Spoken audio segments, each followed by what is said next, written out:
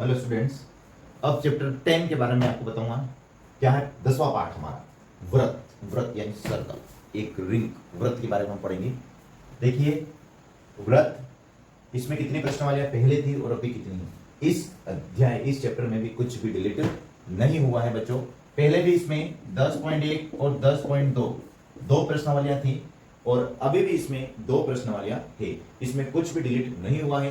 पहले भी दो प्रश्नावलियां थी और अभी भी दो प्रश्नावलियां है, 10.1 और 10.2। अब 10.1 में क्या है, सिंपल सिंपल है। जैसे पहला है व्रत की स्पर्श रेखाएं। एक व्रत पे कितनी स्पर्श रेखाएं खींची जा सकती है? एक व्रत पे अनंत स्पर्श रेखाएं खींची जा सकती है, लेकिन एक बिंदु से केवल एक ही स्पर्श रेखा खींची जा सकती है। अभी हम पढ़ेंगे डिटेल में, तो जब स्टार्ट करेंगे तब। तो पहली प्रश्नावली में सिंपल व्रत के बारे में दे रखा है। व्रत नॉर्मली आपको बताइए, ये व्रत है, ये इसकी त्रिज्या होती है, ये इसका व्यास होता है और जो व्यास होता है वो त्रिज्या का डबल होता है। और इस बिंदु से हम प्रारंभ करेंगे और वापस घूमकर यहाँ पर आते हैं तो ये इसकी परिधि होती है। व्रत की परिधि 2 पाई r होती है और व्रत का एरिया होता है पाई r स्क्वायर।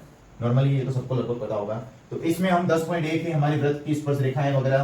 व्रत पे कितनी स्पर्श रेखाएं होती है, व्रत के एक एक्सटर्नल बाहर अगर कोई बिंदु होता है तो उससे व्रत पे कितनी स्पर्श रेखाएं खींची जा सकती हैं, और व्रत की जो स्पर्श रेखा का जो बिंदु होता है उस बिंदु से केंद्र से कितने का कोण बनता है, 90 का बनता है। इसमें बहुत सारी चीजें हम पढ़ेंगे इसमें।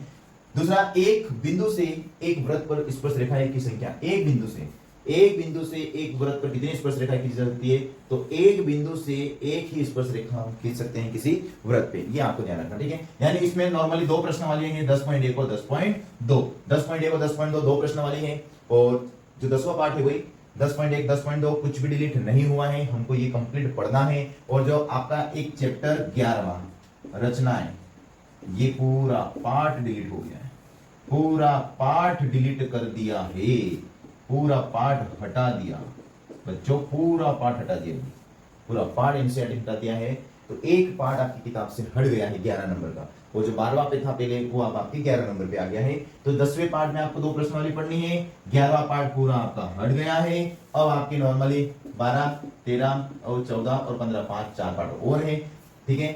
अब हमारा जो अगला पार्ट है उसके बड़ी, इसके चैप्टर के बारे में सेकंड वीडियो से हम कंटिन्यू करेंगे। ये सिर्फ भूमिका थी, इसका इंट्रोडक्शन था। कितनी प्रश्नावलियां हैं, कितनी प्रश्नावलियां हटी है, और पहली प्रश्नावली क्या है, दूसरी प्रश्नावली क्या है, ठीक है। तो व्रत के बारे में क्या है, दो प्रश्नावलियां पहले भी थी और अभी भी इसकी दो प्रश्नावलियां हैं। इसमें कुछ भी नहीं हटा है, हमको कंप्लीट पूरा पढ़ना है, ठीक है। हम नेक्स्ट स्टार्ट करेंगे। पहले तो मैं व्रत के बारे में आपको सारी चीजें बताऊंगा सेकंड वीडियो से, ठीक है बच्चों। ओके।